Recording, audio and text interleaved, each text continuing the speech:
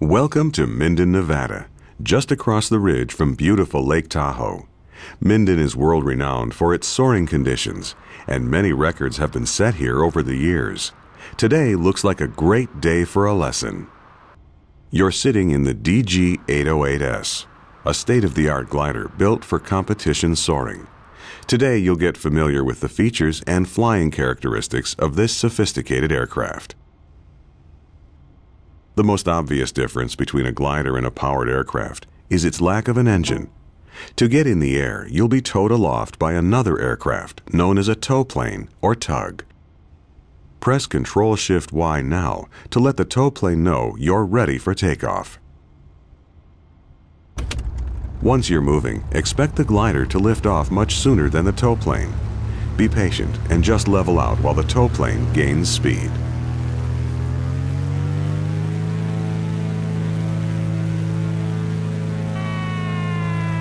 There you go.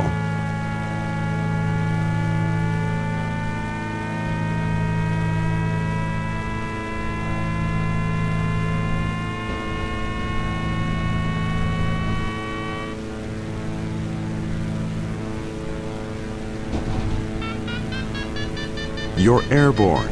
Level off until the tow plane is off the ground. That beeping you're hearing is the variometer. I'll explain it later. There he goes. Just stay right behind the tow plane. Don't get too far above, below, or off to the side. If you're not careful, you can pull the tug off course. Done properly, he won't even know you're there. Go ahead and raise the landing gear now by pressing G.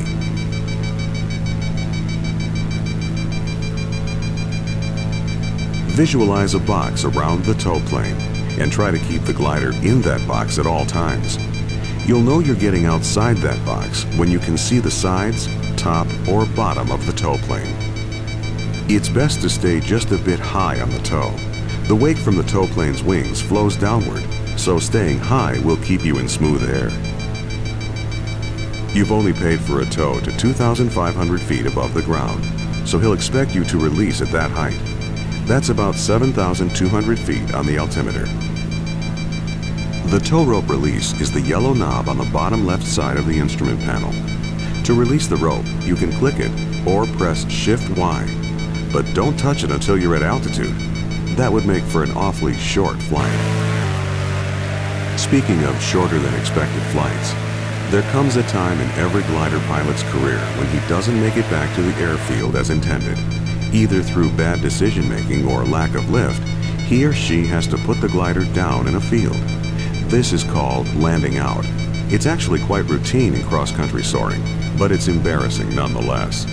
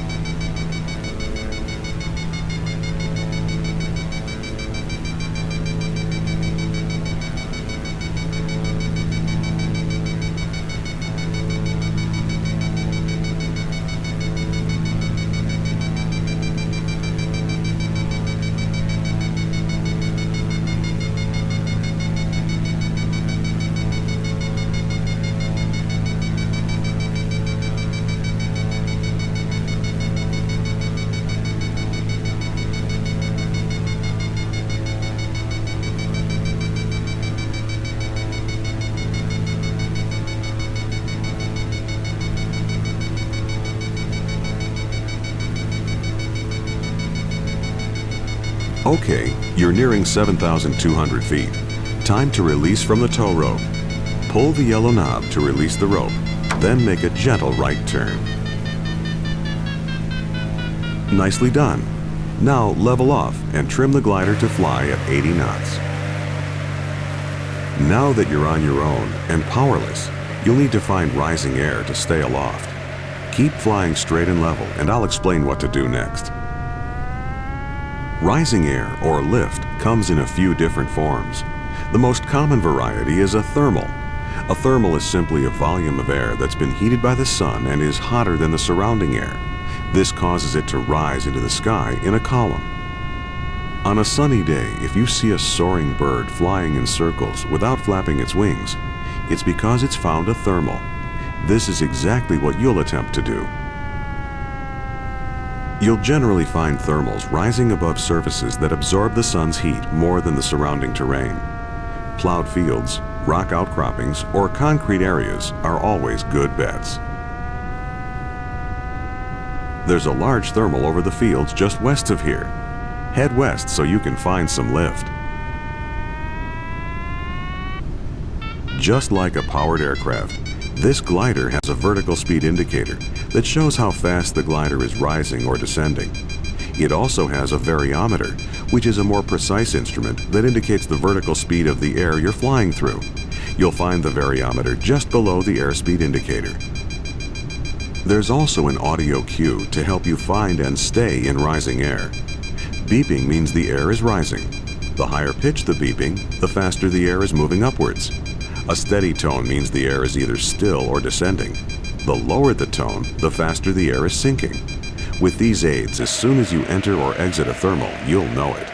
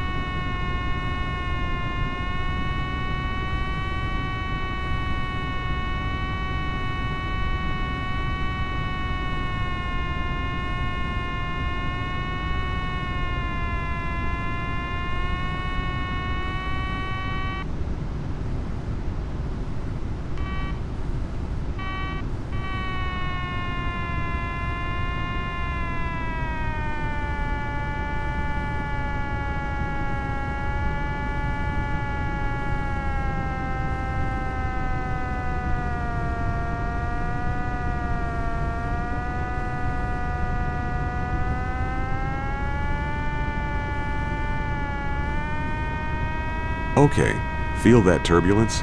That's the telltale sign that you're close to a thermal. Just keep flying level and you should hit lift.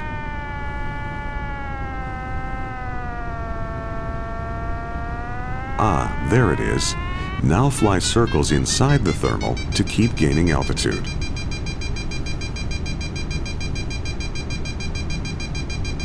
Ready to test your skill? Above you is a green gate. Keep gaining altitude until you can glide through it. The gate is at 8,300 feet. You'll need to clear all 7 gates to successfully complete this mission. The secret to maximizing your time in a thermal is to stay slow. Try and keep your speed at 80 knots. Pull back on the stick to slow down. You should also be using a lot of rudder in your turns to keep the wings as level as possible.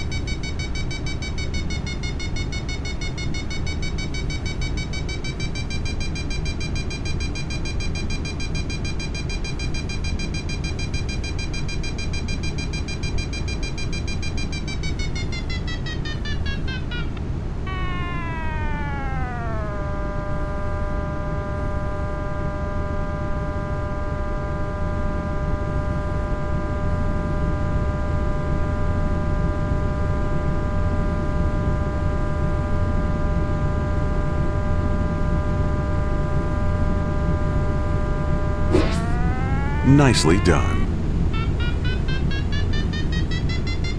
Now that you're familiar with thermals, it's time to explore another type of lift, ridge lift. Fly west towards the mountains. There are 3 more gates there for you to fly through.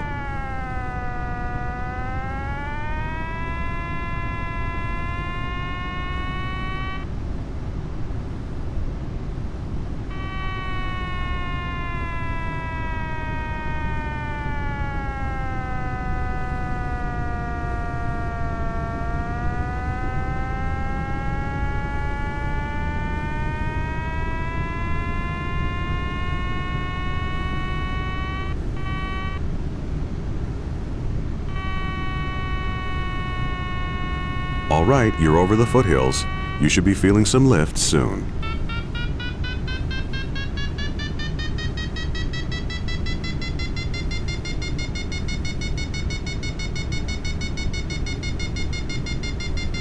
Ah, there it is. Nice smooth ridge lift. To stay in this lift, turn and fly parallel to the mountain. When you feel the lift waning, turn away from the mountain and do it again. Ridge lift occurs when the wind is blowing up and over a hill or a mountain. This generates an area of rising air or lift on the windward side of that hill. Instead of circling like you would in a thermal, to make the most of ridge lift, you'll fly a back and forth pattern in front of the hill. You'll gain altitude with every pass. There are some dangers associated with ridge lift. You're flying in close proximity to the mountains, so there's no room for error. Always turn away from the hill. There are also turbulent areas of downward moving air on the downwind sides of hills and mountains. This sinking air can drag you right into the hillside. So always stay on the side of the mountains that the wind is blowing from. See the series of gates along this ridge? Keep climbing until you can clear them all on one pass.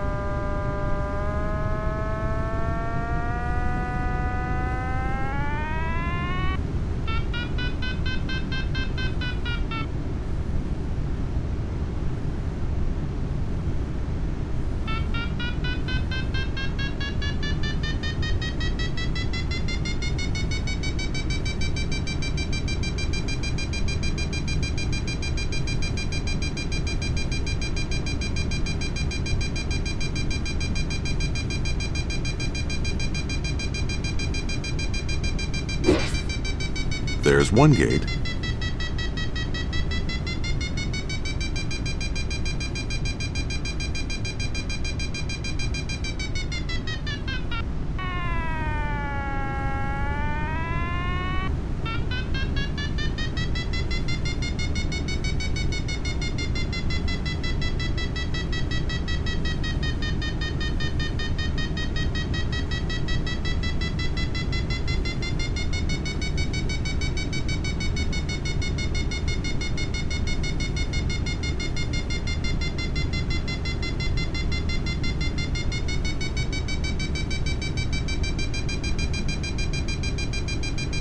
Whoops, you missed that gate.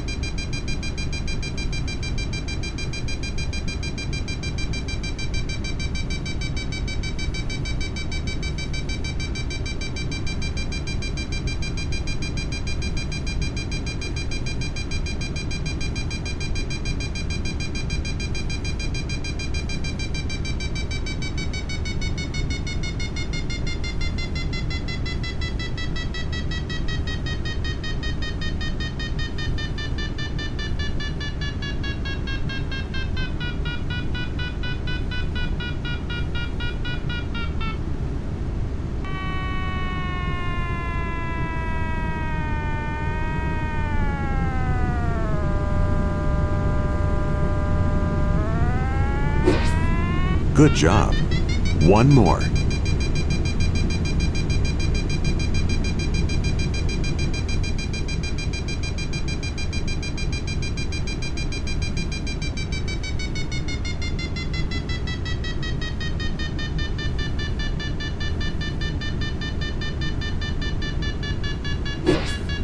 Nicely done. Okay, take a rest and cruise for a bit. Head west over the ridge toward Lake Tahoe. See the last set of gates? Head in that direction. Trim the glider to fly at 100 knots.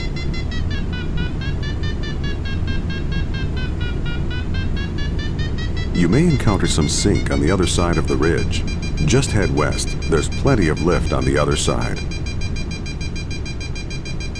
The last type of lift to know about is wave lift. Wave lift is similar to ridge lift, except it occurs much higher up, above and behind the ridge line. When air is disturbed, it acts a lot like water and creates ripples and waves. As an air mass moves up and over a mountain range, it pushes the air above it up and out of the way.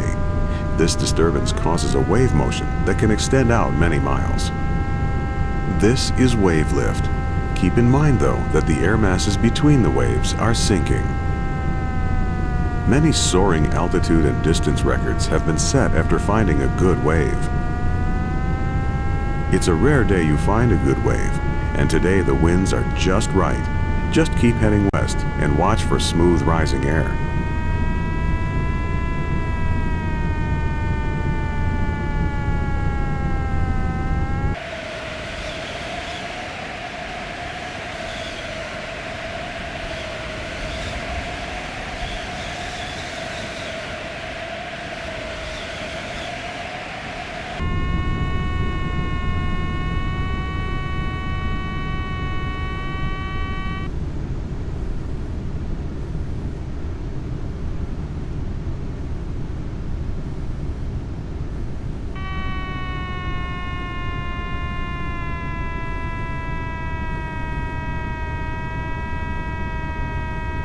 Okay, there it is. A nice smooth wave of rising air.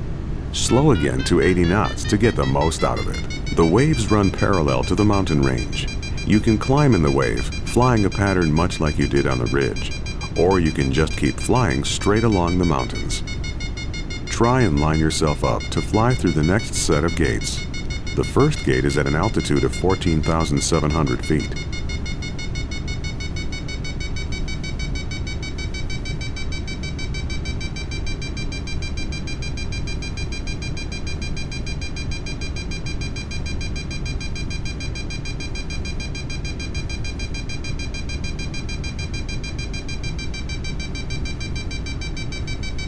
Ready to learn some more about this glider? A heavier aircraft penetrates the air better as it has more inertia. This means more speed.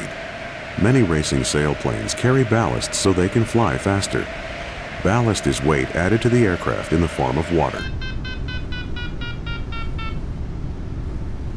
This extra weight means the glider won't thermal as well, so sometimes in low lift areas you'll need to drop that extra weight. This is done by opening valves to jettison the water. Don't do it now as you'll need the speed to get home, but the valves are controlled by the chrome handles on the right side of the cockpit. Next subject, flaps. Lift itself creates drag, and drag slows you down. Gliders usually have an enormous amount of extra lift. When you fly fast, this extra lift isn't needed. It just slows you down. To reduce the lift, this glider features a negative flap setting. Once the flaps are at 0 degrees, just press F6 again to move the flaps into the negative range. To set the flaps to neutral again, press F5.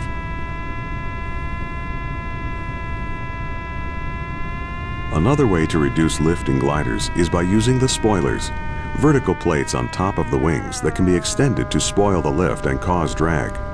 Spoilers are generally used to slow the glider down for the descent and landing. Modern gliders are so efficient that you have to do something to coax them to the ground. In the DG808S, the spoilers are controlled by the blue handle on the left side of the cockpit.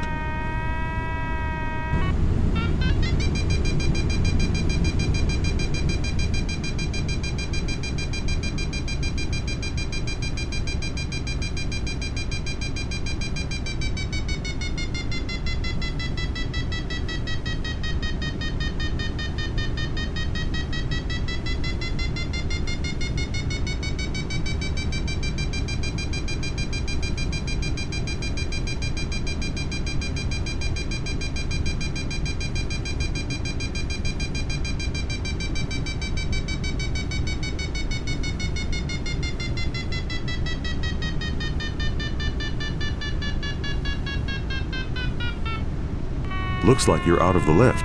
Turn around and backtrack a bit.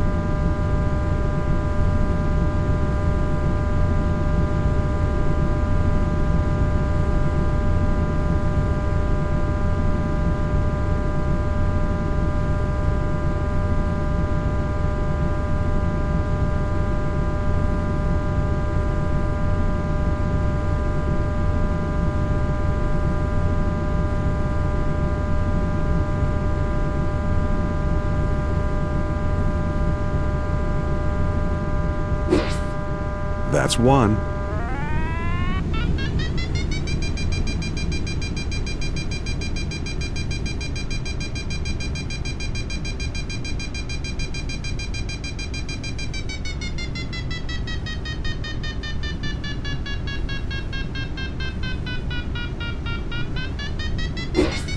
And another. Very nice. One more.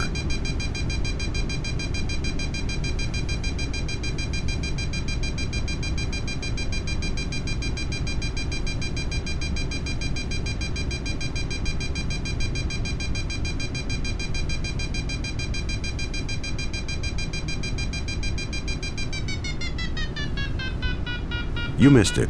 Come around and try again.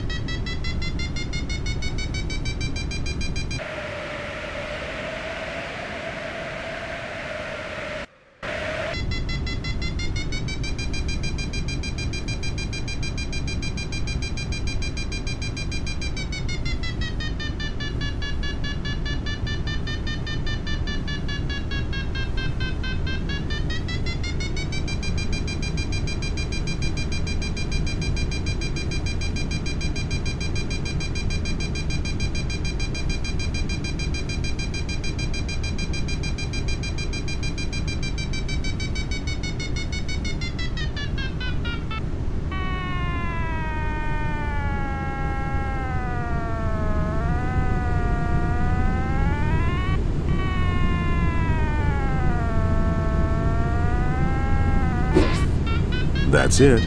Well done. It's like magic, isn't it? No engine at all, and you've climbed this high. You can either keep soaring this wave or head back to Minden. It's up to you.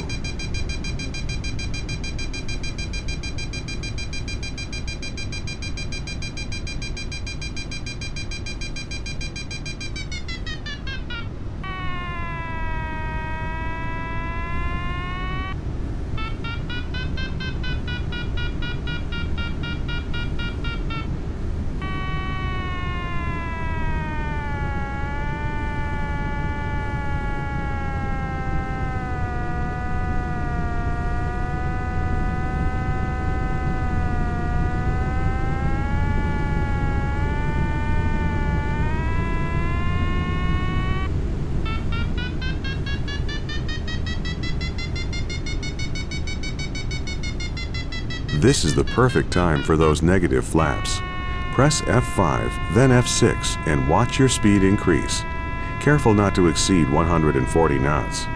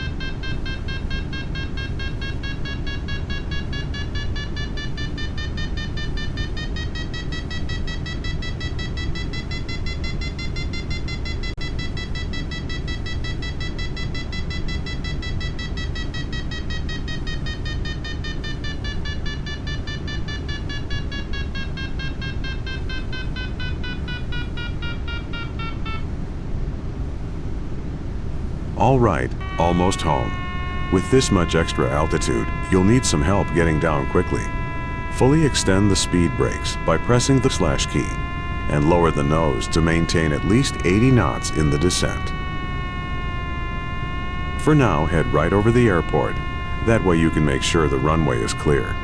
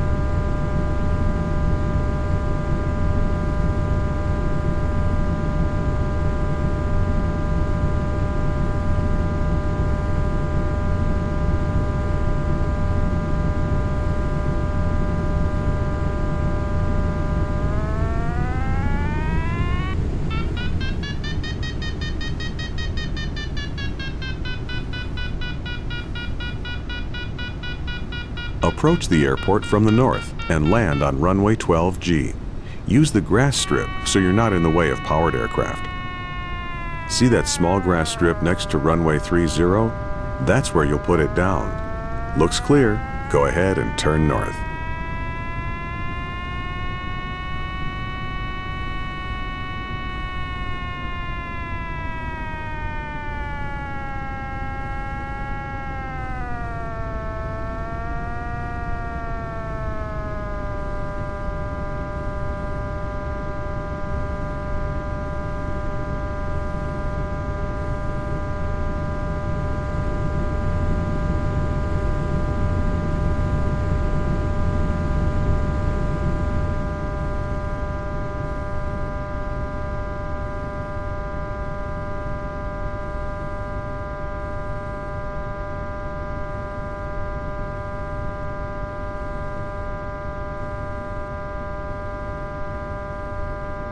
Time to line up with the runway before you lose too much altitude. Retract the speed brake and make sure flaps are neutral by pressing F5. Go ahead and dump your ballast if you haven't already. Turn the chrome handles on the right side of the cockpit.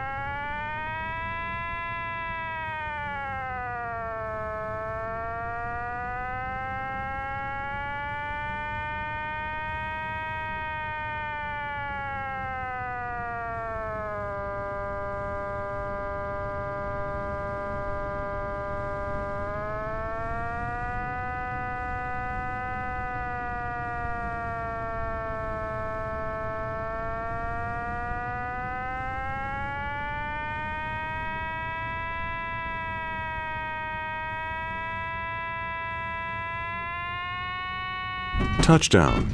Now keep the wings level as long as possible.